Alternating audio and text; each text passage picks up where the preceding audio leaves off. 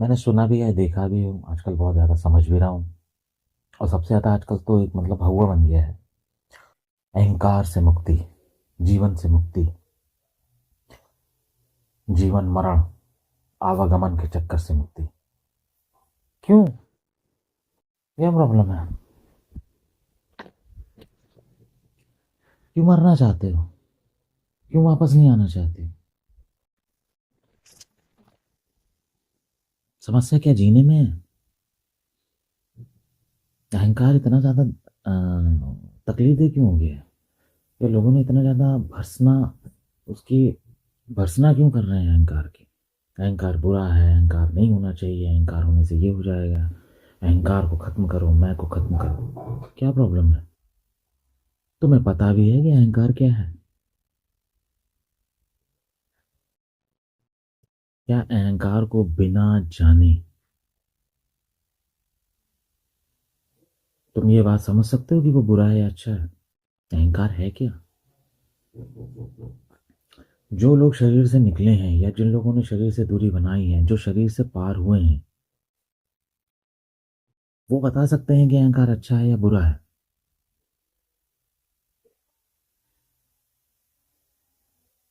लेकिन अहंकार क्यों है, किस लिए है, क्या है,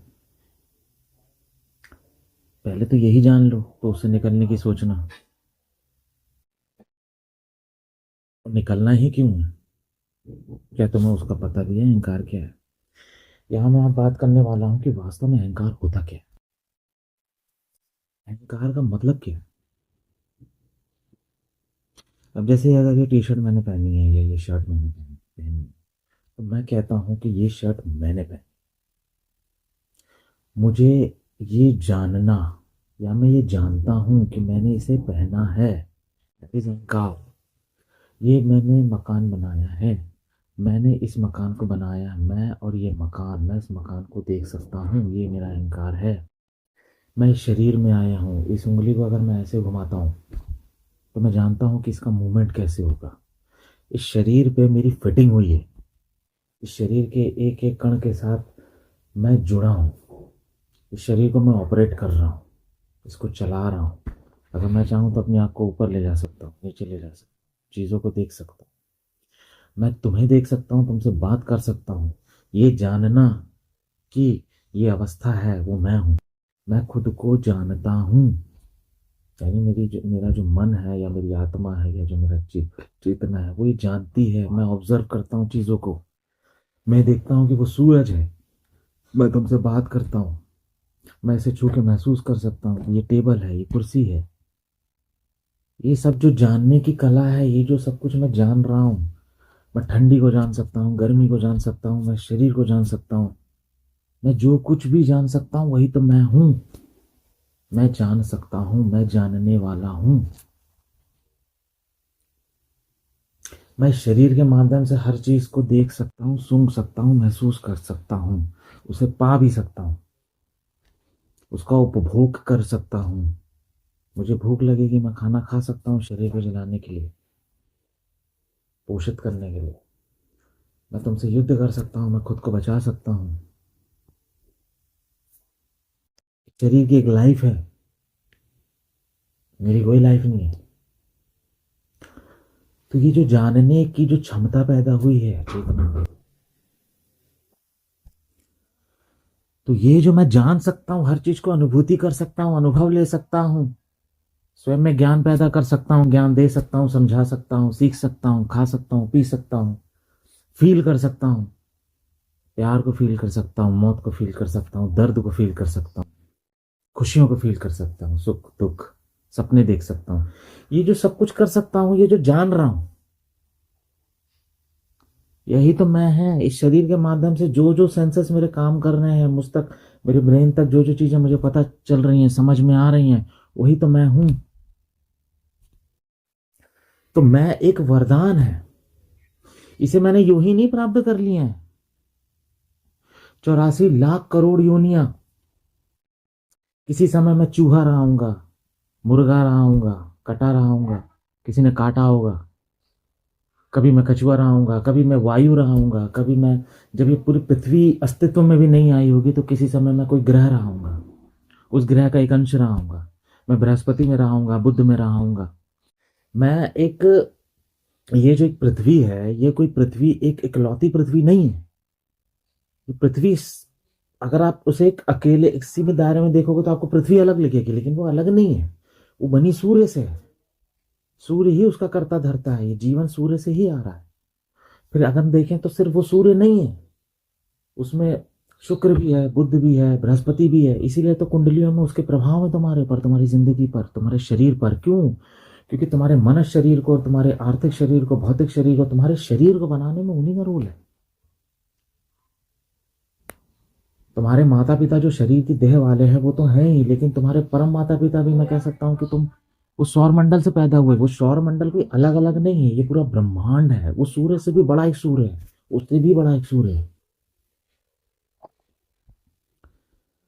तुम उस अनंत ब्रह्मांड का एक जोड़ हो, एक हिस्सा हो। तुम उसकी एक निष्पत्ति हो। तुम्हारे अंदर चेतना फूटी है, संभावनाएं बनी है तुम्हारे अंदर, और तुम इस मैं को बहुत छोटा समझते हो। इसी समय जब तुम हवा रहे होगे, पानी रहे होगे, उस पानी ने भी अपने आप को धीरे धीरे विकसित किया होगा। कभी तुम मछली का रूप बने, फिर उसमें जल मछली बने होगे, फिर बड़ी मछली बनी होगी, फिर पैंगुइन बने होगे, फिर जमीन पे आए होगे, जमीन से फिर धीरे धीरे रेंगना शुरू हो गई। तब तुम में संतुलन बना होगा पानी का। तो कभी तुम मछली बने होगे, मछली से फिर तुमने तैरना सीखा होगा। तैरने के बाद तुमने उसे, उसके सेंसेस थोड़े देखने समझने से तुम्हारे अंदर थोड़ी बुद्धि का विकास हुआ होगा, शरीर का विकास हुआ होगा। फिर धीरे धीरे तुम रेंगते रेंगते जमीन पे आए होगे। फिर जमीन से तुम हाथ पैर पे चलने वाले प्राणी बने होंगे, जिसमें पानी की भी क्षमता थी और पृथ्वी की भी क्षमता है। अब तुम्हारा शरीर आज क्या है, 70-80% तो पूरा पानी है। एक तरह से तुम समंदर में ही रह रहे हो, लेकिन समंदर के अंदर नहीं रह रहे हो, समंदर के बाहर रह रहे हो। कभी देखा है जब समंदर के पास जाते हो तो ऐसा लगता है कि जैसे मैं समा गया, क्योंकि उत्पत्ति वहीं से हुई। अगर देखा गया तो जीवन की उत्पत्ति अगर सूर्य के बाद से हुई है तो समंदर से ही शुरू हुई होगी, पानी से ही शुरू हुआ होगा जीवन। इसलिए वही तुम्हारी सबसे बड़ी माँ है। जब तुम वहां जाते हो तो तुम्हें पूरा ठहराव मिलता है, पूरा सुकून मिलता है, आनंद मिलता है। ऐसा लगता है सब कुछ शांत हो जाता है, लीन हो जाता है। कभी तुम समंदर रहोगे, कभी पानी रहोगे, छोटे छोटे कण रहोगे। भगवान का मतलब क्या है? भगवान। भग मतलब भूमि, गा मतलब गगन, आ मतलब आकाश, वा मतलब वायु, ना मतलब नीर, जल, अग्नि। तो ये सब से तुम बने हो। ये पूरा शरीर तुम्हारा इससे बना है, और तुम इसे बहुत छोटा समझ रहे हो। जिंदगी को बिल्कुल ऐसा समझ रहे हो, अरे अब तो पैदा हो गया हूँ, जीना है, मर जाऊंगा जाके, खत्म है जिंदगी, बेकार है। इतनी 84 लाख योनियां जो तुम पार करके आए हो, कभी तुम पेड़ रहोगे, पौधे रहोगे, पत्थर बने होगे। धीरे धीरे धीरे धीरे चेतना विकसित, मन विकसित, शरीर विकसित, धीरे धीरे सबका विकास होते होते कभी फिर तुम जानवर बने होगे, फिर 4 हाथ वाले बने होगे। कहते हैं हमारी आखिरी, पहले आखिरी निष्पत्ति शायद बंदर रही होगी, बंदर भी रहे होगे। फिर धीरे धीरे 4 पैर से 2 पैर चलना सीखे होगे। तुमने देखा जब इंसान चलता है तो उसके हाथ भी चलते हैं। हाथ चलने की क्या जरूरत है? नहीं, ये वो एक आदत है, वो जानवर वाली आदत। क्योंकि तुम किसी समय चारों पैर से चलते थे। तुमने देखा जब तुम्हें कभी गुस्सा आता तुम करते क्या हो? अगर कोई सामने वाला अगर तुम्हें भड़का दे, चढ़ा दे, तो तुम क्या करते हो? सीधा उठा के कंटाप मारते हो। ये मारने की, जो पंजा मारने की प्रवृत्ति है, ये कहाँ से आई है? क्योंकि जानवर भी क्या करता है, पंजा मारता है। तुम किसी को काटते हो, ये प्रवृत्ति कहाँ से आई है? ये वो जानवर वाली प्रवृत्ति है, जो अभी भी कहीं ना कहीं थोड़ी शेष है। क्यों? क्योंकि तुम अभी पूर्ण मनुष्य बन रहे हो। अभी इंसान तो पूरा मनुष्य भी नहीं बना है, मनुष्य की संभावना में आया है, अभी वो मनुष्य भी नहीं बना है। मनुष्य वो तब बनता है जब उसके अंदर पूर्ण अहंकार विकसित होता है, तब वो मनुष्य बनता है। पूर्ण मनुष्य अहंकार से मेरा मतलब ये है, जब वो ये जानने लगता है कि मेरे सेंसेस क्या है, जब वो जानने लगता है कि मेरी बुद्धि क्या है, जब वो जानने लगता है कि सुख दुख नरक स्वर्ग, वो जानने लगता है, चीज़ों को ऑब्जर्व करने लगता है, देखने। तुमने देखा है कि ज़्यादातर जो बहुत ज़्यादा विकसित लोग हैं, या जो बहुत ज़्यादा अमीर लोग हैं, या बहुत ज़्यादा जो पृथ्वी को रूल आउट कर रहे हैं एक तरह से आर्थिक रूप से। उनके अंदर अहंकार देखना बहुत पावरफुल होता है। क्यों? क्योंकि शरीर शरीर पूरी तरह से उनमें समा चुका होता है, शरीर की पकड़ उनमें पूरी तरह आ चुकी है। अब वो अपने सेंसेस का इस्तेमाल करते हैं। इसलिए पढ़ा लिखा आदमी भी राज कर लेता है, बेपढ़ा लिखा भी, क्योंकि उसकी शरीर की जो क्षमता है वो कहीं ना कहीं बढ़ गई है। तो अहंकार क्या है? शरीर में आ जाने के बाद जब आप इस शरीर को जानने लगते हो, समझने लगते हो, इसके सेंसेस से काम करने लगते हो, चीज़ों को ऑब्जर्व करते हो, जानते हो, देखते हो, बूझते हो, जानते हो कि ये गलत है, ये सही है, ये गलत है, ये सही है, उस विकास का नाम ही है अहंकार। जब ये मन और ये शरीर, जब ये दोनों में तालमेल खराब होता तो इंसान पागल हो जाता। मतलब वो अब अहंकार भी नहीं रहा, थोड़ा सा मनुष्यता है, मनुष्य से नीचे चला गया। लेकिन जब मन और शरीर का बैलेंस बनने लगता है तो हम कहते हैं अब ये अहंकार पैदा हो रहा है। जब आत्मा और शरीर, जब ये दोनों का जोड़ बनता है तो उससे कोई चीज़ पैदा होती है, जानने की, देखने की क्षमता जो पैदा होती है, दैट इज अहंकार। अहंकार के बगैर तो तुम एक दूसरे से कनेक्ट नहीं कर सकते। अहंकार के बगैर तो तुम ये जान ही नहीं सकते कि वो सूर्य है, वो चंद्रमा है, वो पृथ्वी है, वो चांद है। अहंकार के बिना तो तुम उसका सेंसस भी नहीं ले पाओगे। अहंकार क्या है? जैसे एक आईना है, आईने के सामने तुम खड़े हो गए और तुमने देखा खुद को, और तुम्हें अचानक पता चला रही ये तो मैं हूं, मैं हूं। ये प्रकृति ने ही स्वयं का विकास किया है। ये धीरे धीरे प्रकृति ही स्वयं विकास करती जा रही है। प्रकृति भी चाहती है कि वो खुद को जानना चाहती, पर कैसे जाने? कोई माध्यम चाहिए ना, उतनी बड़ी चेतना चाहिए कि नहीं चाहिए? तो प्रकृति ने ही खुद को विकसित करते करते करते करते आज वो एक ऐसी स्थिति में आई है जहां वो आप खुद को जान रही है, खुद को देख रही है। हाँ, ये मैं पानी रही हूं, ये हवा, ये वायु, ये अग्नि, ये सब मेरे तत्व हैं। इससे ही मैंने अपना शरीर बनाई हूँ, ये बना है। ये उसकी अनंत, सबसे आखिरी, सबसे बड़ी और एक बहुत ही निरंतर चलने वाली संभावना है ये शरीर जानने की। अब शरीर खुद को जो, अब आत्मा, आत्मा कह रहा हूं मैं, प्रकृति खुद को जान रही है। लेकिन अब यहां तक तो मैंने आपको अहंकार के बारे में बताया। क्या किसी को जीवन से समस्या है?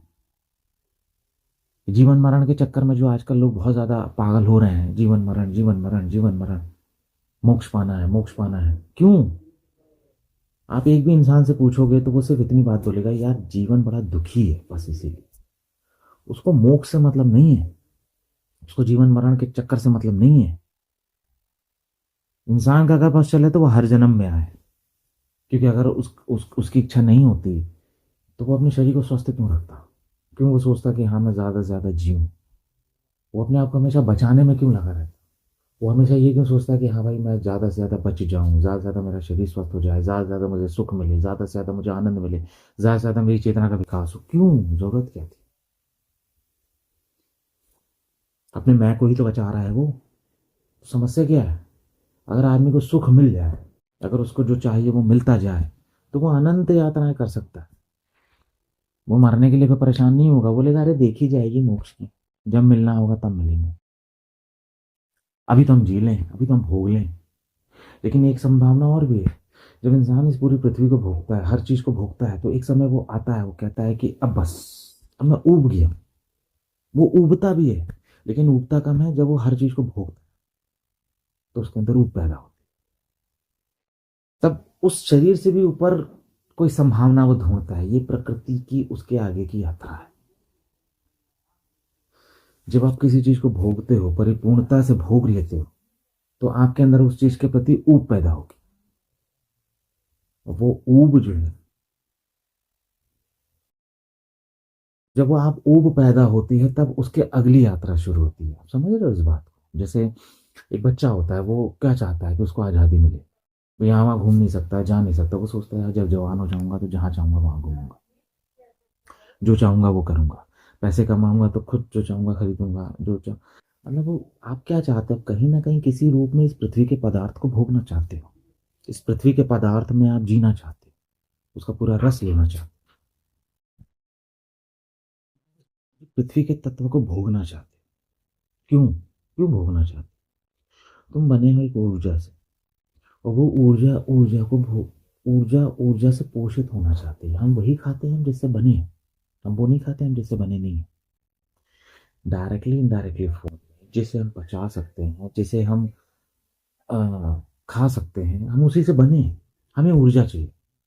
अगर इंसान में अगर बहुत विकास हो जाए या वो किसी योग की साधना में बहुत ऊपर उठ जाए, तो वो सिर्फ सूरज से सिर्फ अपना भोजन बना सकता है। उसको ज़रूरत नहीं है पेड़ पौधों या जानवर से। ये आपकी क्षमता पे डिपेंड करता है। बहुत से ऐसे इंसान पैदा हुए हैं जिन्होंने सिर्फ सूरज की रोशनी से ही अपना अपना पेट भरा। खाने की भी ज़रूरत नहीं है। ये तो हमारी व्यवस्था है, ये हमारा पाचन तंत्र है कि हम क्या खाते हैं। जो आदमी जितना हल्का खाएगा ज़्यादा जिएगा, और भारी खाएगा शरीर पे और बोझ डालेगा और उसकी कमजोरी बढ़ेगी, उसके शरीर की क्षमता और थोड़ी कम होगी। वास्तव में जो कम खाता है उसकी जीने की संभावना ज़्यादा हो जाती है। जो ज़्यादा ठूस के खाता है उसकी जीने की संभावना और कम हो जाती है। जो कम खाता है उसकी जीने की संभावना बढ़ जाती है। तो हम चाहें, अगर हम अपने शरीर पर कम कंट्रोल कर सकें, अपने मन पर कंट्रोल कर सकें, तो एक ऐसी अवस्था हमको भी प्राप्त कर सकते हैं जहाँ से हम सिर्फ सूर्य की रोशनी से अपना पेट भर लें, ज़रूरत न पड़े। क्योंकि सूर्य के ही वो कण हैं जो टुकड़े टुकड़े में विभाजित होकर कभी वो वायु में बदलते हैं, कभी वो पानी में बदलते हैं, फिर कभी वो पेड़ पौधों में आते हैं। तो हम डायरेक्टली इनडायरेक्टली वे में अगर हम कोई वेजिटेबल भी खा रहे हैं तो कहीं ना कहीं हम उस सूरज के मेन तत्व को, प्राण ऊर्जा को ही खा रहे हैं। तो हमारे अंदर की जो ऊर्जा है वो उस ऊर्जा को खा रही है। वो ऊर्जा ऊर्जा को जला रही है, ऊर्जा ऊर्जा का पोषण कर रही है। इसी तरह से हम अपने भोगने के लिए, हम अपनी मानसिक सुख को प्राप्त करने के लिए भी उन्हीं पदार्थों का ही इस्तेमाल करते हैं। हमें घर चाहिए, बंगला चाहिए, गाड़ी चाहिए, हमें सुख सुविधाएं चाहिए, हमें औरत चाहिए, स्त्री चाहिए, औरत को पुरुष चाहिए भोगने के लिए। अब जब हम किसी से, हमारे अंदर की वासना जब जागती है, किसी से वासना पैदा जो होती है, तो वो भी क्या है? वो भूख ही तो है। मन की भूख है, या यूँ कह लो कि जुबान की भूख है। किसी औरत को देखते तो आप क्या करते हो? आपके कहीं ना कहीं विचार में आता है ना, इसे खा लूं। वो एक फल की तरह आपको महसूस होती है। कोई स्त्री जब काम वासना में किसी पुरुष को देखती है तो वो भी यही सोचती है कि इसे मैं खा लूं। यानी कभी आपने देखा होगा, अगर पॉर्न वीडियो या कुछ, आप क्या करते हो? आप खाती तो हो एक दूसरे को।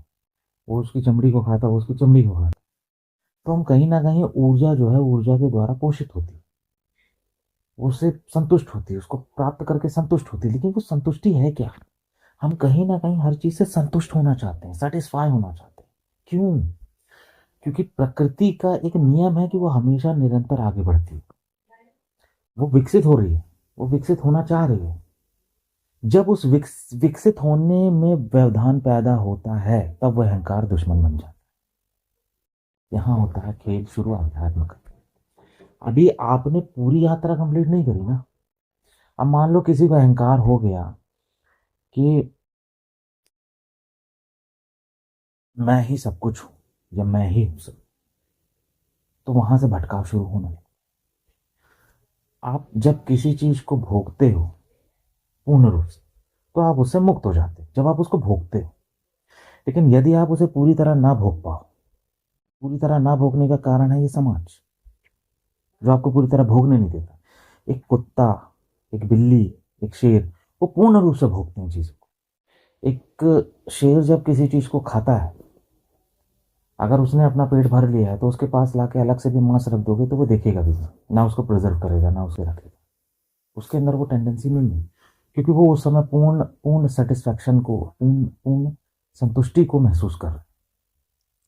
लेकिन एक इंसान है जो समाज के कारण, जब किसी का अहंकार विकृत हो जाता है, जब किसी का अहंकार विकृत हो जाता है, क्योंकि अहंकार भी विकृत हो सकता है समाज के द्वारा, लोगों के द्वारा। हमें इस पृथ्वी ने सब कुछ दिया। हवा दी, उसके लिए उन्होंने कुछ नहीं दिया। पानी दिया, उसके लिए कुछ नहीं दिया। ये हमारा जन्म से अधिकार है कि अगर हम इंसान बन के पैदा हुए हैं तो हम इस पृथ्वी पर रह सकते हैं, जैसा चाहे वैसा रह सकते हैं, क्योंकि हमारा हक है, हम ही है वो। लेकिन क्या होता है जब हम उसमें कब्जा करने लगते हैं? क्यों? क्योंकि हमें बुद्धि नहीं है ना, क्योंकि हमें लगता है कि हम शायद उम्र भर यहाँ रहेंगे। तो वहां से अहंकार विकृत होना शुरू होता है। अहंकार विकृत होता क्यों है? क्योंकि जब वो किसी चीज को पूर्ण रूप से संतुष्ट नहीं होता, जब किसी चीज से, तो फिर वो विकृत होंगे। और ये संतुष्ट ना कौन नहीं होने दे? ये समाज। ये जो हमने समाज बना लिया है ना, या ये जो समाज साथ साथ में बना है, ये विकृत नहीं होता। ये विकृति पैदा कर देता है अहंकार में। अहंकार ही होना बुरा नहीं है। अहंकार तो आपको ये दिखाता है कि आप हो, आप इंसान हो। वो आपकी संभावनाओं को दिखाता है, आपकी कल्पनाओं को बढ़ाता है। वो आपको इंसान होने में मदद करता है। आप इंसान होके जो महसूस करते हो वो उस अहंकार के कारण ही तो करते हैं। तभी तो आपको पता है कि मैं आचार्य हूँ, मैं भूत हूँ, मैं चोर हूँ, मैं डाकू हूँ, मैं डकैत हूँ, मैं इंसान हूँ। ये इंसान होने का भाव आपके अंदर पैदा कौन करता है? अहंकार ही करता है। लेकिन जब ये अहंकार विकृत हो जाता है, और मेरा मानना है कि ये विकृत होता है अनसेटिस्फैक्शन, जब ये संतुष्ट नहीं होता। अब आप सोचोगे कि संतुष्ट क्यों नहीं होता? वो संतुष्ट ना होने का कारण सबसे बड़ा है ये समाज, जो इसे संतुष्ट होने नहीं देता। इंसान जैसा जीना चाहता है, क्या वो सच में जी पाता है? कभी सोचा है? एक जानवर जैसा जीना चाहता है वो जी लेता है। आपने देखा है कि जब एक जंगल होता है, जंगल में कोई एक दूसरे पर हस्तक्षेप नहीं करता उसके जीने में। सब अपने नियम से चल रहे हैं जंगल में। मतलब शेर का काम है वो शिकार करेगा, वो शिकार। हिरण का काम है कि वो शेर से बचेगा, घास खाएगा, वो घास खा रहा है। जिस दिन उसका शिकार होना है हो जाए। लेकिन सब अपने एक नियम, एक धुरी से चल रहे हैं। लेकिन एक इंसान है जो अपने नियम से नहीं चलता, जो प्रकृति के नियम से नहीं चलता। और प्रकृति वो स्वयं है। तो कहने का मतलब है, जब कोई इंसान भटक जाता है, या उसका अहंकार विकृत हो जाता है, या वो अनसेटिस्फाई हो जाता है, तो वो विकृत हो गया। और अनसेटिस्फैक्शन तभी पैदा होती है, या तो उसे जो चीज़ जब मिलनी थी तब मिली नहीं।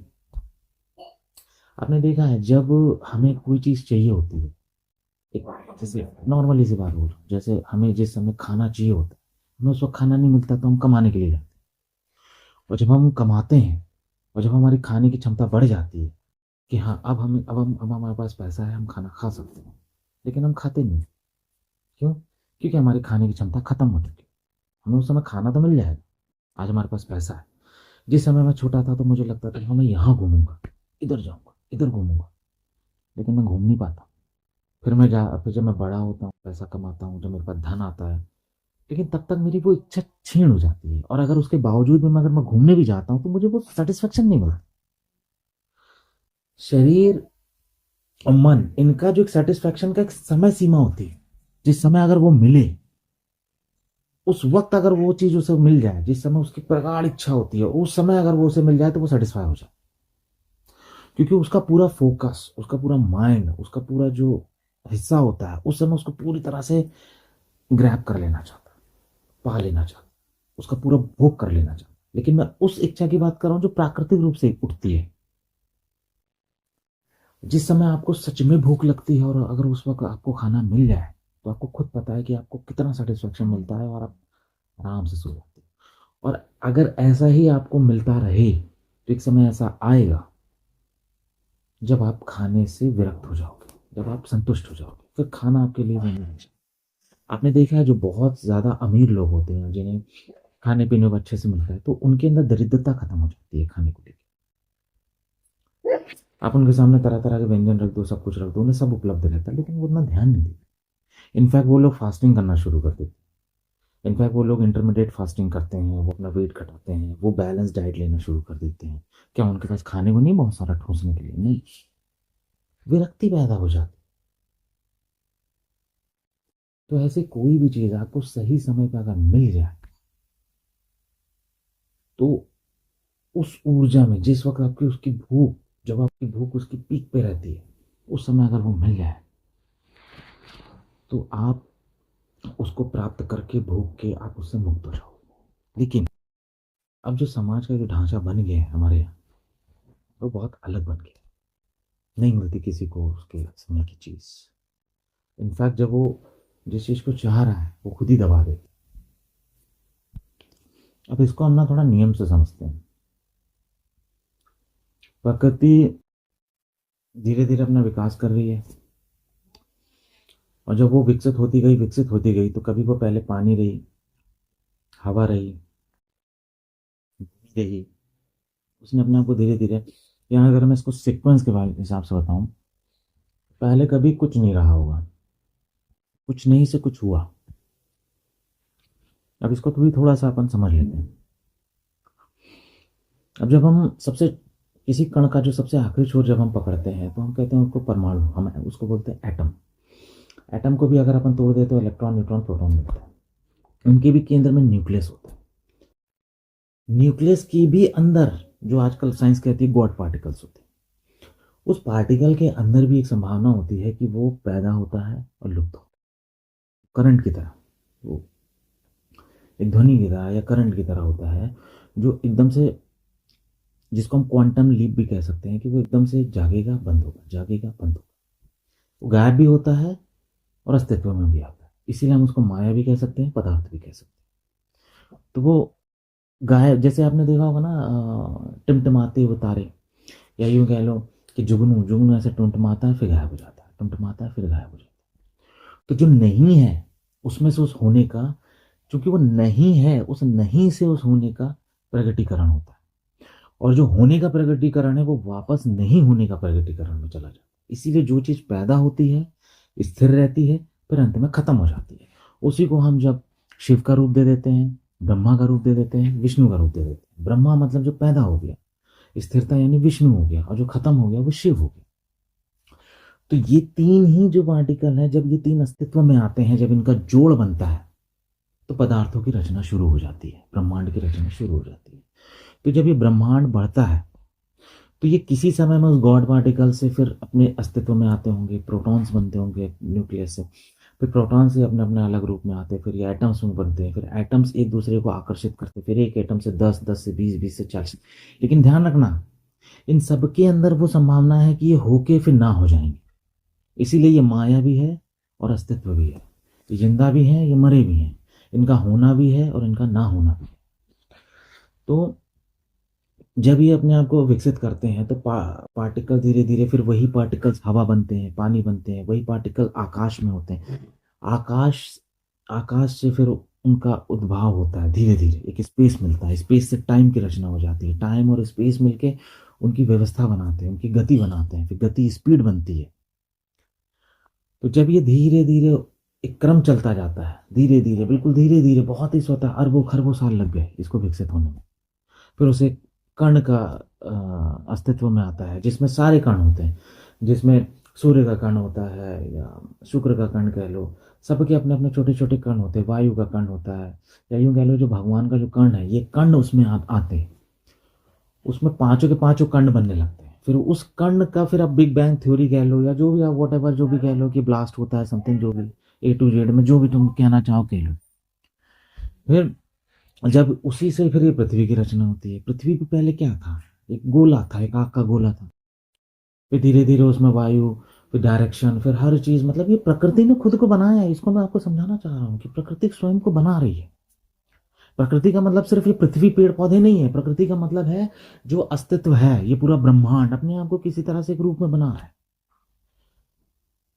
तो धीरे धीरे जब उसने अपने आप को बनाता गया, बनाता गया, बनाता गया, तो कभी वो वायु, अग्नि, जल, आकाश, पृथ्वी धीरे धीरे धीरे बनाता गया। फिर पानी बना, पानी से फिर जब सूर्य उसमें पड़ा, जब उसमें ग्रह नक्षत्रों की दशा पड़ी, चांद पड़ा, जब उसमें ज्वार भाटा सब कुछ आया, धीरे धीरे धीरे वो विकसित होता गया।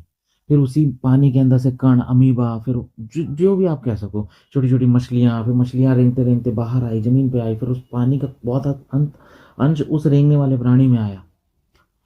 फिर वो प्राणी में जब वो पानी आया, फिर सूरज की रोशनी आई, फिर हर चीज एक दूसरे से कनेक्टेड होनी शुरू हो गई।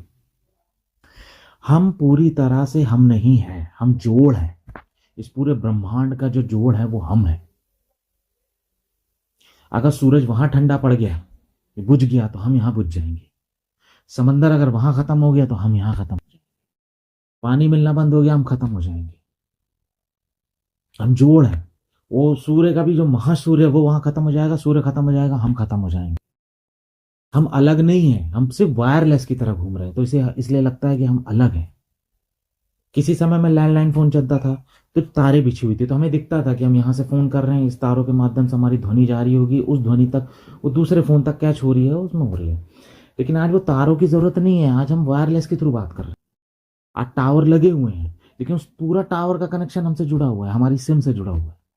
अगर वो टावर बंद होगा तो सिम बंद हो जाएगी। उस टावर का भी जो महा टावर है वो बंद होगा तो वो टावर बंद हो जाएगा, सिम बंद हो जाएगी। फिर उससे भी बड़ा एक सैटेलाइट है, वो सैटेलाइट बंद होगा तो मेन टावर बंद होगा, फिर ये छोटा टावर भी बंद हो जाएगा और हमारी सिम भी बंद हो जाएगी।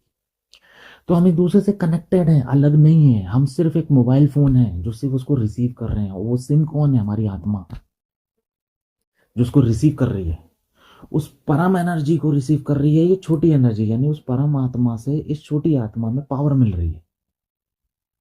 तो शरीर बदल सकते हैं पर सिम नहीं बदल सकती। इसलिए जो लोग कहते हैं कि नहीं आत्मा नहीं है, कोई व्यक्तिगत है, ये है, नहीं। जब आपके अंदर अहंकार पैदा हो जाता है तब आप व्यक्तिगत हो जाते हैं। इस बात को समझ लो। वो भ्रम के वश हो, उससे कोई फर्क नहीं पड़ता, पर आप व्यक्तिगत रूप से हो गए। आपके मन ने स्वयं को अहंकार में पूरी तरह विकसित कर लिया, अब आप व्यक्तिगत, अब आप स्थिति में आ चुके हो। अब आप एक स्वयं एक सिम हो। अब आप एक मोबाइल हो। मोबाइल का कोई अस्तित्व नहीं, यानी शरीर का तो कोई अस्तित्व नहीं। शरीर गया, मन गया, खत्म कहानी। लेकिन जो शरीर है, शरीर की भी तो अपनी 7 रचना है। तो शरीर का जो सबसे अंत की रचना है यानी अंतः शरीर यानी मना शरीर, जो उसका मना शरीर है वो नहीं मरता, वही आप हो। वो अहंकार जो व्यक्तिगत रूप से बना है ना, वो मना शरीर ही है। उसको आपने पूर्ण विकसित कर लिया है इंसान बन के। तो मोबाइल जो है वो चेंज हो सकते हैं पर सिम चेंज नहीं हो सकती। सिम तो वही रहेगी। और जैसे ही उस सिम को आप दूसरे मोबाइल में लगाओगे, मोबाइल तुरंत एक्टिव हो जाएगा। मोबाइल को कोई लेना देना नहीं है, बस सिम को पूरा लेना देना है। सिम के अंदर अब यूँ समझ लो कि वो सिम ऐसी है कि वो सिम भी है और उसमें डेटा भी है, दोनों है, मेमोरी भी है। वो सिम ऐसी है क्योंकि आपने देखा है ना कि सिम की भी अपनी मेमोरी है। वो अलग बात है कि कंपनियां सिम में मेमोरी नहीं देती हैं, पर ऐसी सिम भी विकसित की जा सकती है जिसमें मेमोरी भी हो और सिम भी हो। तो मैं आपसे, हो सकता है भविष्य में ऐसी स्थिति आए जब एक सिम भी हो और उसके अंदर मेमोरी भी होगी। तो जब आपको वो जो सिम है वो आप हो, वो भी अनएक्टिव रहेगी। कब तक? उसका पूरा कनेक्शन बना हुआ है टावर के साथ, वो एक्टिव है, पर वो पूर्णतः एक्टिव कब तक नहीं आएगी? जब तक मोबाइल में नहीं आएगी, लेकिन वो है। इसलिए जब इंसान मरता है यानी मोबाइल फोन खराब हो जाता है तो मोबाइल तो हट जाएगा लेकिन सिम नहीं मरेगी। फिर सिम जैसे ही दूसरे मोबाइल में आएगी वो एक्टिव हो जाएगी, तो उसका अंदर का सारा डेटा उस मोबाइल में आ जाएगा। फिर सिम वापस से बोलेगी वाह मैं जी गई, उसी पुराने डेटा के साथ सब कुछ बिल्कुल क्लीन हो गया। तो इसलिए आपका अनुभव है, वो मन है, आपका पुनर्जन्म भी है। वो सिम जब नए नए मोबाइल में जाती रहेगी तो उसके नए नए जन्म होते रहेंगे। अब ये हो सकता है कि पहले वो कीपैड में थी, यानी वो पहले किसी कुत्ते की योनि में थी तो उतनी एक्टिव नहीं थी, फंक्शन नहीं थे, ठीक है। किसी जानवर की योनि में थी, उतने फंक्शन नहीं थे। किसी पेड़ पौधे की योनि में थी, उतने फंक्शन थे। याद है सिम सिम मोबाइल में भी आने से पहले, अगर हम सिम को देखा जाए तो मोबाइल आने से पहले भी बहुत छोटी छोटी अवस्थाओं से गुजरी है। कि पहले वो आईपॉड होते थे जिसमें हम गाना सुनते थे, सिर्फ मेमोरी को डाल देते थे और सुनते थे। फिर उस समय एक चीज़ और हुआ करती थी, रेडियो, जो सिर्फ रिसीवर बना दो और चलने लगती थी। तो ये समझ लो कि वो बहुत छोटे छोटे रूप हो गए। जब आत्मा आई होगी तो वो किसी समय किसी छोटे जानवर में रही होगी, किसी पेड़ पौधे पक्षियों में धीरे धीरे चेतना का विकास हुआ होगा। तो ये सब छोटे छोटे कीपैड वाले हैं। फिर ये जो जानवर हैं इन्हें मैं कीपैड समझता हूँ, छोटे छोटे कीपैड जिनमें अभी पूरी संभावना नहीं है। बस हाँ, रिसीव करते हैं, छोड़ते हैं, बोलते हैं, सुनते हैं, बोलते हैं, उसके आगे कोई काम नहीं कर सकते। सिर्फ मेमोरी इतनी है कि हाँ भाई वो नाम के साथ कॉन्टैक्ट्स लिख लेते हैं, उनके कॉन्टैक्ट होते हैं, ठीक है। तो बस उतना जानते हैं कि हाँ मेरा मालिक आ गया है, मैं अपने मालिक को पहचानता हूँ, पूछ लाते हैं, वो इतनी ही चीज़। फिर वही एडवांस रूप में आई। फिर धीरे से वही वही मोबाइल थोड़ा और बड़ा मोबाइल बना। फिर उसमें ज़्यादा फंक्शन आ गए कि वो रिसीव भी कर सकता है, रिकॉर्ड भी कर सकता है, उसके अंदर मेमोरी पावर भी आने लगी, ठीक है। फिर उसके बाद हमारे एंड्रॉयड मोबाइल आ गए। फिर एंड्रॉयड भी लगातार विकसित होते जा रहे हैं, एक से एक एंड्रॉयड आने लगे। अब इस एंड्रॉयडों को भी और छोटा किया जा रहा है, कुछ बड़े कुछ छोटे। अब इनमें सारी संभावनाएं आ गई है। ये मैं का पूरा विकास है। जब सिम मोबाइल में आती है, मोबाइल चालू हो जाता है, सिम जाग जाती है, दैट इज मैं। वो आ गई पूरे फॉर्म में। अब वो फंक्शन कर सकती है, अब वो जैसे चाहे अपने आप को प्रोजेक्ट कर सकती है। तो ये जो अहंकार है, तो अहंकार तक आपकी यात्रा अभी तक हुई है, इस बात को समझना। अब जैसे एक आपने देखा होगा वो आयरन मैन जो एवेंजर्स में था, तो उसने एक सूट बनाया। वो सूट क्या है, उसका एक अहंकार ही है। तो ऐसे ही हमारा शरीर जो है वो एक अहंकार है। अब वो सूट के अंदर फिट होता है, जाता है, उस पर नियंत्रण बनाता है। अब वो जब चाहे सूट को धारण कर सकता है, उसका प्रयोग कर सकता है, उसको जिस तरीके से जिस दिशा में उसको उड़ना है, चलाना है, यूज़ करना है, युद्ध करना है, शांति रखनी है, चलना है, फिरना है, कुछ भी है, वो उस सूट का इस्तेमाल अब कर सकता है प्रॉपरली, जैसे भी वो चाहे। लेकिन उसको सूट हमेशा नहीं पहनना है ना। जब उसका मन करेगा वो उसे धारण करेगा, और जब उसका मन करेगा उसे छोड़ देगा, उससे निकल भी जाएगा। अब वो सूट उस पूर्णतः उसके नियंत्रण में है। तो वो सूट क्या है, वो शरीर क्या है, वो भी तो एक एक्स्ट्रा शरीर ही है। ऐसी तुम्हारी ये बॉडी है, ये बॉडी भी एक तरह का सूट है। लेकिन तुम अभी इस सूट को पूरी तरह से चला नहीं सकते, तुम्हारा इस पर नियंत्रण नहीं है, तुम्हारी ताकत नहीं है, ये तुम्हारे हिसाब से नहीं चलता, तुम्हारे कहने पे रुकता नहीं है। तुम्हारे कहने पे जब तुम अपने विचारों को कहते हो कि रुक जाओ, तो नहीं रुकता। जब तुम अपनी भावनाओं, अपने क्रोध, अपने लालच, अपनी वैमनस, जब तुम जानते हो कहीं ना कहीं अंदर से ये गलत है, लेकिन तब भी ये शरीर रुकता नहीं है। तुम अपनी भूख को नहीं रोक पाते, अपनी वासनाओं को नहीं रोक पाते, अपनी लालच को, अपने वैमनस्य को नहीं रोक पाते। तुम्हारा नियंत्रण नहीं है तुम्हारे शरीर पे। तो तुम उस शरीर को धारण तो कर रहे हो, लेकिन उससे निकलना नहीं आ रहा है, उससे ऊपर उठना नहीं आ रहा है। वो भी पूरी तरह तुम्हारे नियंत्रण में नहीं है। तुम आ तो गए हो शरीर में, इतनी पूरी 84 लाख योनियां पार करके तुम फाइनली तो तुमने ये शरीर मिला, ये शरीर की रचना हुई, तुमने जैसे तैसे मन ने इसको पूरी तरह व्यवस्थित किया, सब चीज़ें हो गई। आज तुम, अहंकार का मतलब यह है कि आज तुम पर्टिकुलरली इस शरीर का इस्तेमाल कर रहे हो, लेकिन अभी भी पूर्ण रूप से इस शरीर के इस्तेमाल में नहीं आए हो। इस शरीर का पूर्ण उपयोग तुम्हें नहीं आता, इसके फीचर्स नहीं आते।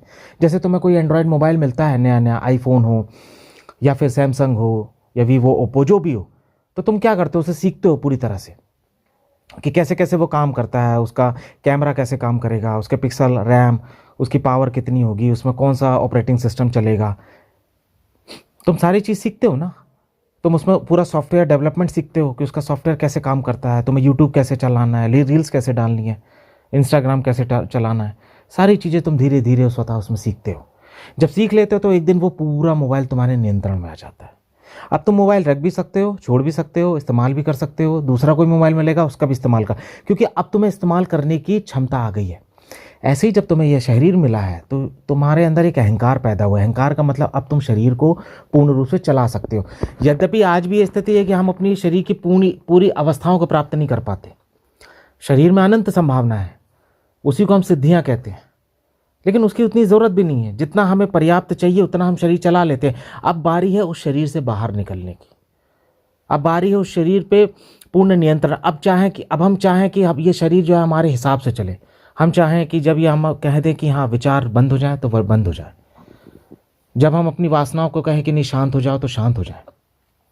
जब हम अपने क्रोध पर नियंत्रण कर लें, जब अपने अहंकार पर नियंत्रण कर लें, अपनी लालच, अपनी लोभ, या जो भी तुम्हारे अंदर आदत पैदा हो गई है, तुम बहुत शराब पीते हो, शराबी हो, तुम बहुत क्रोध करते हो, बहुत लड़ाई झगड़ा मारपीट करते हो, निंदा करते हो, जलन करते हो, जितनी भी गलत गलत चीज़ें हैं जो अव्यवस्थित करती हैं तुम्हारे अहंकार को या तुम्हारे अहंकार के द्वारा पोषित होती हैं, जब उन सब पे तुम्हारा नियंत्रण आ जाए, और पूरा अगर मैं ऑल टू ऑल कहूँ, जब तुम्हारी भावनाओं पे तुम्हारा नियंत्रण आ जाए, तुम्हारे विचारों पे तुम्हारा नियंत्रण आ जाए, तब समझना कि तुम अब इस शरीर के पार निकलने की अवस्था में आ गए हो।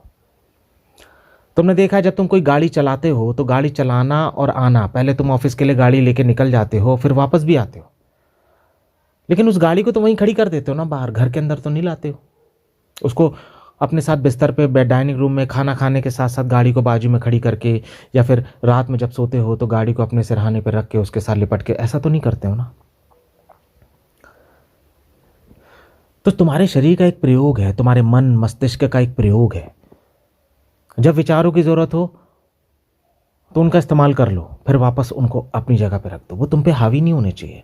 तुम्हारी भावनाओं का जब तुम्हें इस्तेमाल करना हो तुम इस्तेमाल कर लो, जब उनकी ज़रूरत ना हो तो तुम उन्हें साइड कर दो। जब तुम चाहो कि हाँ तुम शराब पीते हो, क्यों पीते हो, जब तुम्हारी भावनाएं या तुम्हारी मानसिक अवस्थाएं या तुम्हारे विचार इतने तुम पे हावी हो जाते हैं, तुम्हारा डिप्रेशन, तुम्हारा तनाव, तुम्हारी बेचैनी, तुम्हारी एंग्जाइटी, सिजोफ्रेनिक, तुम्हारे ओवर थिंकिंग, तुम्हारे विचार इतने तुम पे भारी हो जाते हैं, तब तुम क्या करते हो, बेचैन हो जाते हो। तब तुम कहते हो कि अब मैं क्या करूं, कैसे इस शराब को रोकूं।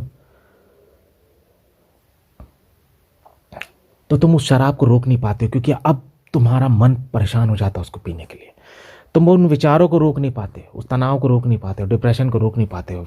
मस्तिष्क चलता रहता चलता रहता चलता रहता, क्योंकि तुम्ही ने उसको स्पीड दी है, तुम्ही ने उसको एक्सीलेटर दिया है, लेकिन तुम्हें ब्रेक लगाना नहीं आता, तुम्हें गाड़ी से अलग होना नहीं आता, तुम्हें अपने रिसाइकल बिन को एम्प्टी करना नहीं आता, तुम अपना सिस्टम बंद करना तुम भूल गए हो, या तुम्हें आ ही नहीं रहा है। अभी तुम्हारा पूर्ण नियंत्रण नहीं है शरीर पे। उसी को मैं कहता हूं निरहंकार। निरहंकार का मतलब क्या है? शरीर का प्रयोग भी करना और ना भी करना, शरीर में आ भी जाना और शरीर से निकल भी जाना। अभी एक यात्रा हो चुकी है, अभी एक यात्रा, अंतिम यात्रा बची है शरीर से बाहर निकलने की। जीते जी शरीर से बाहर निकलना ही मोक्ष है, मुक्ति है, निर्वाण है। जब तक तुम जीते जी अपने शरीर से बाहर नहीं निकल पाते, तब तक समझना अभी तुम पूर्णता को उपलब्ध नहीं हुए। अवतार का मतलब क्या है? जो स्वयं अपनी इच्छा से शरीर में आ जाए और अपनी इच्छा से शरीर से बाहर चला जाए, वही अवतारी है। और जो शरीर में आ जाए और जो शरीर से बाहर भी निकल जाए, वो पूर्ण अस्तित्व में समा जाता है, वो पूर्ण अस्तित्व की गति पा जाता है, वो सिद्ध हो जाता है, स्वयं सिद्ध हो जाता है।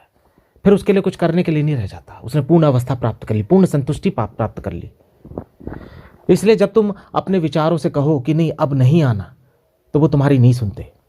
तुम इतने डिप्रेशन हो जाते हो, इतने डिप्रेस हो जाते हो कि शरीर, तुम्हारा मस्तिष्क सुनता ही नहीं, तुम्हारी बात नहीं मानता। फिर तुम क्या करते हो?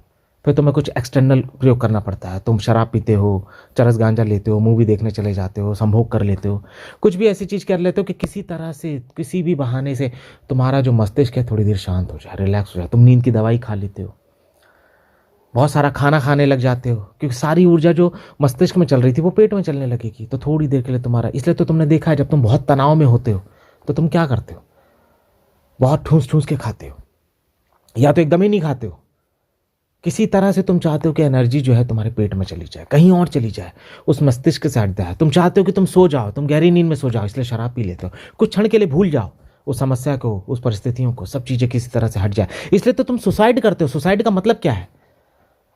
अब तो तुम शराब भी पी रहे हो, तब भी तुम्हारा विचार रुक नहीं रहा है, तुम्हारी भावनाएं रुक नहीं रही है, तुम्हें चोट पहुंचा रही, परेशान कर रही है। तुम्हारा शरीर अब पूरी तरह से तुम्हारी चेतना पे हावी हो चुका है, तुम्हारा मन पूरी तरह से चेतना पे हावी हो चुका है। दरबार का जो वजीर है वो पूरी तरह राजा पे, या सैनिक जो है या जो मंत्री है वो पूरी तरह से राजा पे हावी हो चुका है। उन्होंने राजा को बंद कर दिया कालकोठरी के अंदर। अब पूरी तरह शासन किसका हो गया? सेनापति का हो गया, वजीर का हो गया। अब क्या होगा? जनता की बर्बादी। इसलिए तो तुम मरना चाहते हो, इसलिए तो तुम रोज सोते हो किसी तरह मर जाऊं मर जाऊं मर जाऊं। मरने का क्या मतलब है? तुम्हें जीवन से समस्या नहीं है, तुम्हें अपनी समस्याओं से समस्या है। तुम जिसे झेल नहीं पा रहे हो उससे समस्या है। तुमने जो समस्याएं पैदा कर ली हैं, या जीवन के साथ जो समस्याएं तुम्हारे अंदर आ गई हैं, या तुम्हारे अहंकार के कारण जितनी भी समस्याएं तुम भोग रहे हो, झेल रहे हो, अब तुमने वो समस्या खुद ही पैदा की है, लेकिन अब तुम्हें काट नहीं पा रहे, उखाड़ नहीं पा रहे, दिक्कत जा रही है। तुमने यदि कोई पेड़ लगा दिया है अपने घर के बागान में या पीछे कहीं, और वो उगते उगते उगते समय रहते तुमने उसे काटा नहीं, निकाला नहीं, वो उगते उगते इतना बड़ा हो गया कि अब तुम उसे उखाड़ नहीं पा रहे हो, अब उसकी जड़ें पूरी तुम्हारे घर तक फैल गई हैं। इसलिए तुम जो अपने अवचेतन में जितनी गंदगी चीज़ें भरते जाते हो, अपनी आदतें भरते जाते हो, आदत का एक बहुत बड़ा लंबा सिलसिला जब अपनी परंपराओं और अपने संस्कार अपने मन मस्तिष्क में डाल लेते हो, तो उसको उखाड़ना मुश्किल हो जाता है। इसलिए जो शराब पीता है शराब से निकल नहीं पाता, जो क्रोध करता है क्रोध से निकल नहीं पाता, जो लालच है, लालच जिसकी अंतः, जिसके भावनात्मक शरीर में लालच ही बैठ गई है, आलस ही बैठ गया है, ये जो पिछले जन्म से लेके आया है जिस आदत को, और उसने इस जन्म में जो आदत बना ली है, वो सब उस पर हावी हो जाती है। और तुम्हारा शरीर 24 घंटे तुम पे हावी होता है, तुम्हारा मन तुम पे हावी रहता है। तुमने देखा आयरन मैन जब अपने सूट में पहन जाए और अचानक से जावेज, जो उसके सूट का नाम रहता है, वो अगर विकृत हो जाए, वो उसकी बात ना सुने, कुछ भी ना करे, तो क्या होगा? अंदर आयरन मैन जो टोनी है नाम का जो किरदार है वो खत्म हो जाएगा। तुम्हारी गाड़ी अगर तुम्हारे हाथ में ना रहे, अपने आप चलने लगे, तुम्हारा रोबोट जो तुमने लेके आया है वो तुम्हारी कमांड मान रहा है, और गलती से कुछ ऐसा हो जाए कि तुम गलत कमांड दे दो, या वो तुम्हारी कमांड से बाहर निकल जाए, तुम उसका पासवर्ड भूल जाओ, या कुछ भी ऐसी चीज भूल जाओ, तो क्या होगा? तुम ये सोचो, फिर एक बिगड़ा हुआ रोबोट क्या कर सकता है तुम्हारे साथ, तुम्हारे घर में तुम्हारे साथ क्या कर सकता है, तुम्हारे घर का क्या हाल कर सकता है, तुम्हारे बच्चों का क्या कर सकता है। तुम एक कुत्ता लाते हो, जब तक वो तुम्हारे कंट्रोल में रहता है कुत्ता तो ठीक है, यदि वो पागल हो जाए तो क्या करता है? दूसरे को काट लेता है। यही तुम्हारे मन की दशा है। मन क्या है? तुम्हारा मशीन। तुम्हारा शरीर क्या है? मशीन है। और जब तक ये तुम्हारे काबू में है तो ठीक है, तुम्हारे काबू में नहीं है तो तुम्हें परेशान करेगी, और तुम परेशान इसीलिए हो क्योंकि तुम अपने मशीन को काबू में नहीं रख पाते हो। यही कहता हूं मैं, निरहंकारिता की सीमा, निरहंकारता को प्राप्त कर लेना है। अहंकार का आखिरी पड़ाव। अहंकार तो मिला, शक्ति मिली, जानने मिला, शरीर मिला, शरीर को जानने मिला, शरीर को धारण करने मिला। अब शरीर से बाहर निकलना है। गाड़ी में एक्सीलेटर लगाना तो आ गया है, ब्रेक लगाना नहीं बन पा रहा है। गाड़ी से उतरना नहीं बन पा रहा है, गाड़ी को छोड़ नहीं पा रहे हैं। पूर्णता स्वतंत्रता का मतलब क्या है? जिस कपड़े को तुम पहन भी सको और उतार भी सको, जिसका तुम इस्तेमाल भी कर सको और उसे छोड़ भी सको। अगर कोई चीज तुमसे चिपक जाए, स्वतंत्रता का मतलब क्या है? एक प्रेमी जब दूसरी प्रेमिका से प्रेम करता है, या एक प्रेमिका जब एक प्रेमी से प्रेम करती है, जब दोनों के बीच में प्रेम संबंध चल रहा होता है, वहां कोई कमिटमेंट नहीं होता। लेकिन अगर एक प्रेमी, अगर अचानक से कोई ऐसी स्थिति आ जाए और प्रेमी बोल दे कि भाई मैं अब तुम्हारा साथ नहीं दे सकता, या स्त्री बोल दे कि मैं तुम्हारा साथ नहीं दे सकती, प्रेमी प्रेमी बौखला जाता है, वो पागल हो जाता है। वो कहता है ऐसे कैसे नहीं देगी। वो फिर ब्लैकमेल करेगा, लड़ाई करेगा, झगड़ा करेगा, मारपीट करेगा, उसको किसी तरह हासिल करने की कोशिश करेगा, उस पर दबाव बनाएगा। फिर वो उस स्वतंत्रता से उसकी स्वतंत्रता छीनने लगेगी, वो और पागल हो जाएगी। इसलिए तो वो प्रेमी जोड़े ज़्यादा सक्सेसफुल नहीं हो पाते जो एक दूसरे को बांधने में लगे रहते हैं। तुम्हारा जो बॉयफ्रेंड है तुम पे रोक टोक लगाता है, उसका मतलब क्या है? कहीं ना कहीं वो तुम्हें बांध रहा है। उसका मतलब ये मत समझना कि उसे तुम्हारी बहुत केयर है, चिंता है। नहीं, उसे पता है ये बंदी भरोसे लायक नहीं है, कहीं तीसरे ने हाथ मारा इसको छीन के ले जाएगा। उसको आधा डर तो यही है कि कंपटीशन बहुत ज़्यादा है, लड़कियों की संख्या बहुत कम है। अगर मैंने अपनी बंदी का ध्यान नहीं दिया, मैंने अपने पत्नी का ध्यान नहीं दिया, तो दूसरा हाथ साफ कर लेगा, पड़ोसी हाथ साफ कर लेगा, रिश्तेदार हाथ साफ कर लेगा, कोई भी कर सकता है। तो सवाल तुम्हारे केयर का नहीं है, सवाल है तुम्हारे खो जाने का।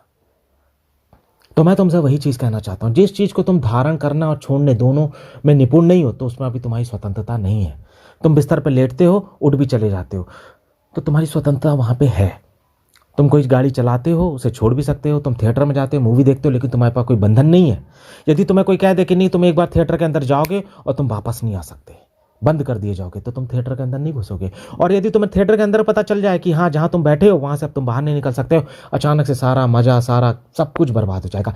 यही चीज़ तो हो रही है। तुम शरीर के अंदर तो चले जाते हो, अपनी आदतें तो बना लेते हो, हर चीज़ खाने की आदत बना लेते हो, पीने की आदत बना लेते हो, क्रोध की आदत बना लेते हो, लालच क्रोध सब चीज़ों की आदत बना लेते हो, लेकिन फिर से निकल नहीं पाते हो। प्रेम तुम्हारे अंदर स्वतः पैदा नहीं होता है, तुम उसकी आदत बनाते हो। जब तुम्हारी आदत लग जाती है, तुम्हें प्रेम की और प्रेमिका की या प्रेमिका किसी की आदत लग जाती है, पत्नी की आदत, पति की आदत, बच्चों की आदत, जब तुम्हें आदत लग जाती है, शुरू में तो आदत तुमने बना ली, ये तो तुम्हारे अहंकार की स्वतंत्रता थी, लेकिन अब तुम उससे निकल नहीं पा रहे हो, अब तुम उन्हें छोड़ भी नहीं पा रहे। तुम पकड़ तो लेते हो किसी चीज़ को, छोड़ नहीं पाते। और इसी को कहता हूं मैं भाग्य। भाग्य का मतलब क्या है कुल? कि तुम्हें एक दायरे में मिला है, कि तुमने अहंकार को अपने अंदर समाहित तो कर लिया है। अहंकार क्या है? जैसे मैंने तुम्हें बताया, वायरलेस की तरह है, लेकिन वो कनेक्टेड है ऑलरेडी किसी टावर के साथ, वो ऑलरेडी कनेक्टेड है, लेकिन वो इनविजिबल वायर से कनेक्टेड है, दिख नहीं रहा है वो वायर, लेकिन वो फिर भी कनेक्टेड है। तो जब तुम शरीर में रहते हो और शरीर से निकल नहीं सकते हो, तो समझना अभी भी तुम्हारी स्वतंत्रता आधी है। और जब तुम्हारी स्वतंत्रता आधी होती है, तब तुम भाग्य के खेल में आ जाते हो, तब फिर अभी तुम सिर्फ कठपुतली हो शरीर की। इसलिए तो ज्योतिष शास्त्री तुम्हारे ग्रहों, भावों, स्थिति, सब चीज़ों को देख के बता देते हैं, प्रेडिक्ट कर देते हैं कि तुम्हारी जिंदगी में ये होना है। क्यों होना है? क्योंकि उन्हें पता है ना कि जो तरंगे हैं वो शरीर पे काम करती है, मन पे काम करती है, मन के भाव शरीर पे काम करती है, वहीं तक काम करती है। और तुम्हारे भाव शरीर, जो भाव है वो तुम्हारे 12 के 12 ग्रह हैं, उन्हीं में एक एक भाव में, किसी में नौकरी छुपी है, किसी में शादी छुपी है, किसी में तुम्हारा शत्रुता छुपी है, लड़ाई छुपी है, झगड़ा, पैसा, करियर, सब कुछ छिपा हुआ है। ये सब तुम्हारे शरीर की रचनाएं हैं।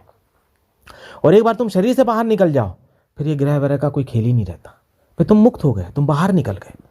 और जब तक तुम शरीर में हो, तब तक तुम शरीर के हिसाब से ही चलोगे, अहंकार के हिसाब से ही चलोगे। अभी शरीर तुम पे धारण कर रखा है, इसलिए शरीर की जो संभावनाएं होंगी वही तुम्हारे नक्षत्र और तुम्हारे भाग्य, तुम्हारी किस्मत बनेंगी। इसलिए ज्योतिष शास्त्र सही भी है और गलत भी है। तुम्हारा भाग्य कुछ हद तक तुम्हारे हाथ में है, लेकिन कुछ हद तक नहीं है। जब तक तुम शरीर में हो, तुम्हारे हाथ में नहीं है, क्योंकि फिर शरीर की कठपुतली हो तुम। शरीर सोना चाहेगा तो तुम्हें सोना पड़ेगा, जागना चाहेगा तो जागना पड़ेगा। जब तक इस शरीर से बंधे हो, तब तक भाग्य से बंधे हो। कोई ज्योतिषाचार्य तुम्हारा भाग्य नहीं बदल सकता, इस बात को भी सुन लेना। इस चक्कर में मत पड़ना कि चलो अब तो स्वामी जी ने बोल दिया है कि भाई भाग्य की बात होती है, भाग्य होता है, ये होता है, तो फिर हम बदल सकते हैं, फिर तो जो नहीं। ज्योतिष शास्त्र इसीलिए हट गया था, इसीलिए निकल गया था। उसके निकलने का कारण ही यही था। वो बाद में ज़्यादा सक्सेस हो नहीं पाया। क्यों नहीं हो पाया? इसलिए नहीं कि इसके ग्रंथ जला दिए गए थे या इसकी विद्या खो गई थी, नहीं, ये इंसान को बदलने में समर्थ नहीं थी उतनी, ये बदल नहीं सकती। इसलिए तो तुम्हारे ज्योतिष शास्त्री भी तुमसे पैसा मांगते हैं, तुम्हें डरा के पैसा मांगेंगे, तुम्हें भयभीत करके पैसा मांगेंगे, तुम्हें बोलेंगे तुम्हारे ये हो जाएगा, तुम इतने बर्बाद हो जाओगे, तुम्हारा अगला साल 4 साल 15 साल ये बेकार हो जाएगा, ये हो जाएगा। पहले तो तुम्हें तुम्हारे पास्ट के बारे में बताएंगे कि इतना इतना तुम्हारे साथ हुआ, तुम बोलोगे हाँ सच में हुआ। फिर वो फ्यूचर का बताएंगे कि देखना ये भी होगा। अरे हर इंसान की ज़िंदगी में उथल पुथल होनी ही है, वो नहीं निकल सकता उससे। तुम अगर निकलना चाहते हो तो पहले तुम अपने शरीर से निकलो, अपने भाव शरीर को अपने कंट्रोल में लाओ।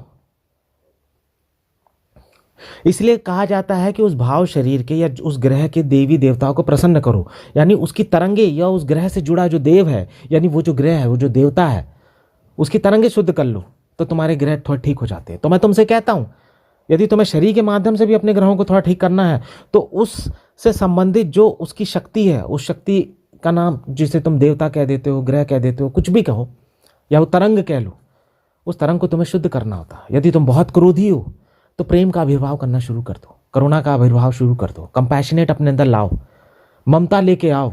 जहां भी कोई भी ऐसी गैया दिख जाए तो उसको प्रेम करने में बैठ जाओ, बच्चे दिख जाए बच्चों के साथ खेलने में घुस जाओ।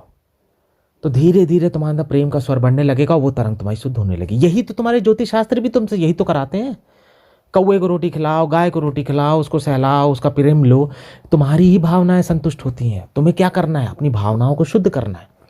तो मैं तुमको वही कहता हूं, अपने भाव को शुद्ध कर लो, अपने आचरणों से शुद्ध कर लो। जहां बैठना है वहां बैठो, गाली मत दो, गलोज मत दो, लड़ाई मत करो, झगड़ा मत करो, किसी पे अपना क्रोध मत निकालो। धीरे धीरे वो तरंग शांत होने लगेगी। और अगर ध्यान करोगे तो तुम वैसे ही निकल जाओगे। ध्यान करने से तो अगर तुम दुनिया में कुछ भी ना करो, सिर्फ ध्यान कर लो, वो पर्याप्त है। वही तुम्हारे ग्रहों को बैलेंस कर देगी। और याद रखना, ग्रहों को बैलेंस नहीं करती, तुम्हें बैलेंस कर देती। ग्रह तो हमेशा अपनी जगह पे पूरी तरह से बैलेंस ही है, तुम डिसबैलेंस हो, तुम उन ग्रहों का ठीक से फायदा नहीं उठा पा रहे हो। जब तुम्हारे अंदर विकृतियां होती हैं, तुम्हारे अंदर की जो चक्र है, तुम्हारे जो मूलाधार है, स्वादिष्ठान है, आज्ञा चक्र है, ये जब तुम्हारे चक्र गंदे होते हैं, दूषित होते हैं, दूषित क्यों होते हैं?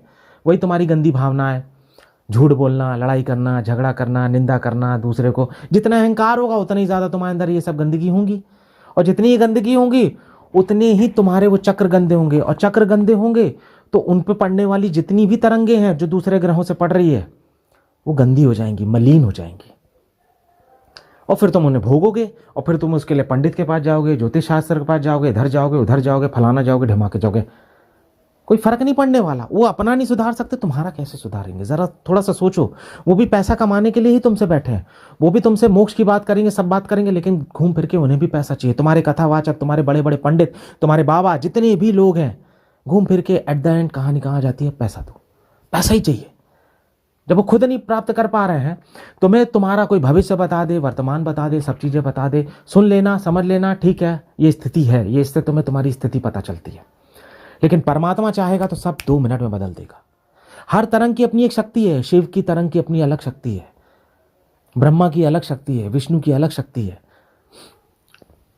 गणपति जी की अलग है, दुर्गा जी की अलग है। ये हमारे जो धर्मों, शास्त्रों में, सनातन में जो बनाया गया है, जो हम सूर्य की भी पूजा करते हैं, वो क्या है? वो एक बहुत बड़ी तरंग है। जब तुम अपनी तरंग को उसकी तरंग के साथ मिलाओगे, अपनी तरंग को शिव की तरंग के साथ मिलाओगे, अपनी तरंग को दुर्गा की तरंग के साथ मिलाओगे, हर एक तरंग जीवन से जुड़ी हुई है। इसलिए कहा जाता है कि शिव को पकड़ लो तो सारे ग्रह हाथ में जाएंगे। क्यों? क्योंकि शिव सबसे बड़ी तरंग है, विष्णु अपने आप में सबसे बड़ी तरंग है। अब तुम देखो कि तुम्हारी मैचिंग किस तरंग के साथ हो रही है। जिस तरंग को तुम पकड़ लोगे, वो उस तरंग के माध्यम से बाकी तरंगें शुद्ध हो जाएगी। जैसे सारे ग्रह जो हैं वो सूर्य के अधीन में रहते हैं, सूर्य सही हो जाएगा, बलशाली हो जाएगा, पावरफुल हो जाएगा, सब हो जाएगा, तो बाकी ग्रह अपने आप हो जाएंगे। लेकिन बात कहने में थोड़ी अजीब सी लगती है कि सूर्य, सारे ग्रह अपनी जगह पे ही है, सही सही काम कर रहे हैं, सब कुछ सब ठीक ठाक से चल रहा है, तुम्हारा शरीर डिसबैलेंस चल रहा है। तुम्हारे हर चक्र पे एक देवी देवता बैठा हुआ है, या वो तरंग बैठी है, या वो तथ्य बैठा है, या वो शिव का तत्व बैठा हुआ है, या चाहे तुम उसको कह दो कि इलेक्ट्रॉन की एक बड़ी श्रृंखला बैठी है, न्यूट्रॉन की एक अलग श्रृंखला बैठी है। इसीलिए हर इंसान को देखना, हर एक भगवान से नहीं जुड़ा रहता है, हर इंसान अपने अपने हिसाब से, अपनी तरंग के हिसाब से उस देवता से जुड़ा होता है। ये बड़ी गजब की साइंटिफिक व्यवस्थाएं थी। मैं तुम्हें ये नहीं कह रहा हूं कि अंधविश्वासी हो जाना, पूजा पाठी हो जाना, मैं तुमसे बात कर रहा हूं तरंगों की। अगर तुम्हें हनुमान की तरंगों से जुड़ना है, हनुमान जी की तरंगों से जुड़ना है, राम की तरंगों से जुड़ना है, तो वैसा व्यवहार तुम्हें अपने अंदर लाना होगा। शिव की तरंगों से जुड़ना है तो शिव की तरंगें तुम्हारे अंदर आनी चाहिए, उनकी व्यवस्था आनी चाहिए। और ये जो कर्म कांड करते हो, ये कर्म कांड इसलिए करते हो ताकि किसी तरह उसका भाव उठ जाए, पैदा हो जाए। और मैं तुमसे कहता हूं, अगर ध्यान करोगे, अगर शिव का सीधा ध्यान करोगे तो सीधा का सीधा संपर्क बनेगा, सीधा सीधा पॉजिटिविटी मिलेगी। वो तो तुम आजू बाजू के सारे तरंग कर्म कांड करते हो, पूजा करते हो, पाठ करते हो, तेल चढ़ाते हो, नारियल चढ़ाते हो, सब चढ़ाते हो, किसी तरह तुम्हारा भाव थोड़ा निर्मल हो जाए। और यदि तुम ध्यान के माध्यम से करो, निर्विचार के माध्यम से करो, तो वो पूरा का पूरा सीधा ही सीधा आ जाएगा, बहुत आसान हो जाएगा, ईजी हो जाएगा, बहुत शॉर्टकट मिल जाएगा। बहुत बड़ा शॉर्टकट है, छोटा मोटा नहीं है। कुछ लोग तो पूजा भी करते रहते तो उन तरंगों से नहीं जुड़ पाते हैं। कोई जाके रोज पानी चढ़ा रहा है, जल चढ़ा रहा है, तब भी उस तरंग से मिलना थोड़ा मुश्किल हो जाता है। फिर भी मैं कहता हूं, ना करने से बेटर है ये कर लो, कोई बात नहीं, कुछ तो मन में शुद्धता आएगी। लेकिन ये सब किया इसीलिए जाता है, हवन, पूजन, यज्ञ, जितना भी चीजें हैं, ताकि तुम्हारे मन में शुद्धता आ जाए, तुम्हारा मन निर्मल हो जाए, कोमल हो जाए, संतुष्ट हो जाए, रिलैक्स हो जाए। तभी तो उसमें वो परमात्मा, वो तरंग बहेगी। वो जो तुम्हारे अंदर की गंदी तरंग है, वो तभी तो कहीं ना कहीं जाके शुद्ध होगी। इसलिए कहता हूं, अहंकार से निरहंकारिता की तरफ बढ़ो। निरहंकारिता तुम्हारा अगला चरण है, उसे पूर्ण करो। उस पूर्ण करने के बाद ही तुम्हें मुक्ति मिलेगी। मुक्ति का मतलब क्या है? जब तुम्हारा पूरा शरीर अब तुम्हारे पर नियंत्रण है, तुम मर नहीं जाओगे। मोक्ष का मतलब तुम खत्म नहीं हो जाते, तुम इस चेतना में पूर्ण चैतन्य हो जाते हो, तुम स्वयं को जान लेते हो। अब कोई यात्रा आगे की रह नहीं जाती, अब सिर्फ खेल हो जाता है, सब मस्ती हो जाती है। इसलिए तो तुमने राम की लीला को खेल कहा, कृष्ण की लीला को भी खेल कहा। सबकी लीलाओं को खेल ही कहा जाता है। क्यों कहा जाता है? क्योंकि वो खेल रहे हैं, उन्हें पता है अंत में सब सारा ड्रामा जो है वो पर्दे की इस तरफ चल रहा है, पीछे तो सब कुछ एक जैसा ही है, कोई नहीं है। रावण भी उसी तत्व से बना है जिस तत्व से राम बने, कंस भी उसी तत्व से बना है जिस तत्व से कृष्ण बने। जो परम ऊर्जा है, परम ब्रह्म है, परमात्मा है, परम पिता परमेश्वर है, ईश्वर है, अल्लाह है, या जो भी है, वो सब में व्याप्त है। वही है अंत, वही शुरुआत है, वही है अंत, वही सब में है।